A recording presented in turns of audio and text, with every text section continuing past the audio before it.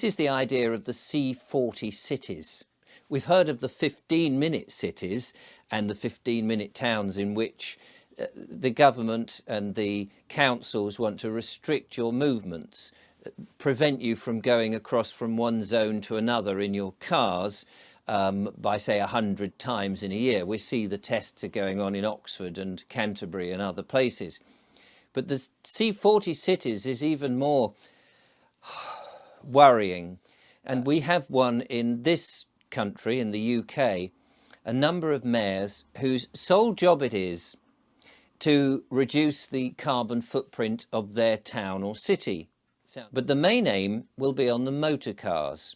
In fact, the aim of the C40s is to eradicate all cars from all cities altogether, which is extremely worrying. The city says the use of the smart streetlights started as a cost-saving effort to replace older streetlights 3 years ago.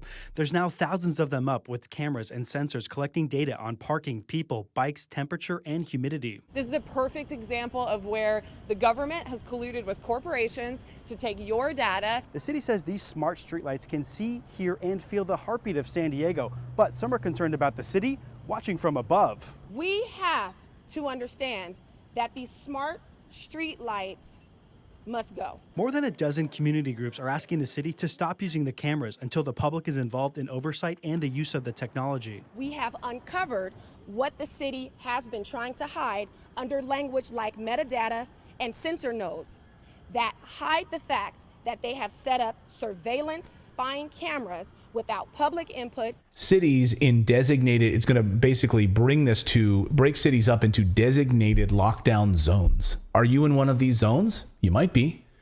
The goal is to take away your car and force you to stay put. And if this sounds familiar, it's because it's right out of the World Economic Forum's playbook. It's called a 15-minute city. Here's the BBC to explain it.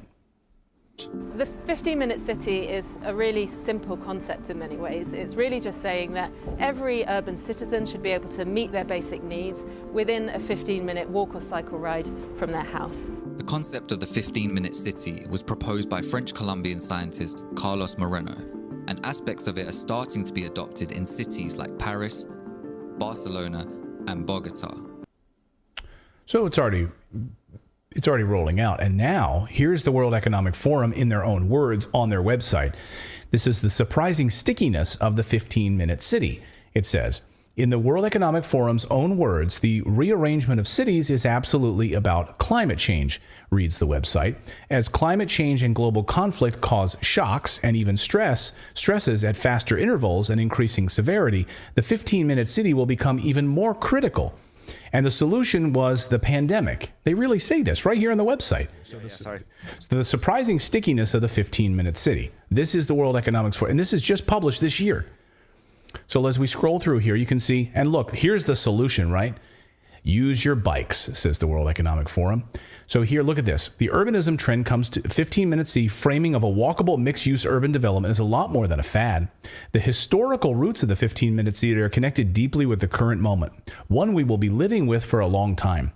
As climate change and global conflict cause shocks and stresses, faster intervals and increasing severity, the 15-minute city will become even more critical. So right there, as climate change and global conflict cause shocks and stresses, faster intervals and increasing severity, the 15-minute city will become even more critical. And then they even show you, which implies all the necessary amenities within a short bike ride, short walk, or public transportation. We've already rolled this out in Paris, Seoul, and Bogota. And here's the big picture. See, they don't want you to live in suburban areas. They want you in urban areas. All of this is built around urban planning. So they want you in these environments that they can control. They can control the food flow and all of it right to your front door. So we just found out this is unbelievable. So it was already being voted upon, and it passed. So now in England, this is happening. In Oxfordshire, the council is to trial a climate lockdown starting in 2024. Oh, it's just going to be a trial? You know it's not. So here it was 18 hours ago. Oxfordshire County Council yesterday approved plans to lock residents into one of 6 zones to save the planet, they say, from global warming. The latest stage in the 15-minute city agenda is to place electronic gates on key roads in and out of the city, confining residents to their own neighborhoods in Oxfordshire. So under the new scheme, listen to this, this is amazing. If residents want to leave their zone in Oxfordshire, they will need permission from the city council, who gets to decide who is worthy of freedom and who isn't. Like, look at Oxfordshire. Like, well, I just want to take a drive. I want to take a drive in the countryside, and I want to go visit grandma who lives, 60 kilometers away. Screw you. So, yeah, you're not allowed to you have to get approval to travel more than a certain number of designated times per year. Again, we talk about carbon footprint tracking. We talk about tracking everything you do. This is what it is. In order to gain this, every resident will have to register their car details with the city council, who will then track their movements via smart cameras around the city. This is the dream for these guys. Every resident will be required to register their car with the county council, who will then monitor how many times they leave their district. This sounds like Hunger Games. Via a number plate recognition system. So they just voted on this, guys. Like, this is already happening, right? This is the idea. Mega cities, we will control your movements. We will have total control of it, and we will then be able to control your food production. We'll get the cars off the roads. We don't want you driving these cars at all anyway. And you will all own a bike, and you'll walk to wherever you need to walk. So this is madness. This is madness. James Woodhoysen warned about us of this in Spiked in October. In late October, James writes, "The madness of the 15-minute city. The green agenda is taking inspiration from the illiberal days of lockdown," he writes.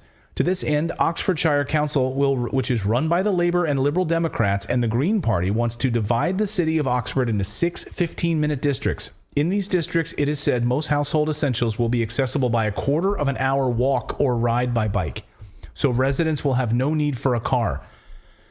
On the surface, these 15-minute neighborhoods might sound pleasant and convenient, but there's a coercive edge. The council plans to cut car use and traffic congestion by placing strict rules on car journeys. Residents will have to register their cars with the city council, and they will be tracked to count their journeys through the key gateways in and out. It's a social credit scheme, James writes, that starts with your car and works like an anti-frequent flyer points. The less you drive, the less you travel, the better and higher your score. They don't want you visiting anything. They don't want you going anywhere. Under the new proposals, if any of Oxford's 150,000 residents drive outside of their designated district more than 100 days a year, he or she could be fined £70 each time that happens.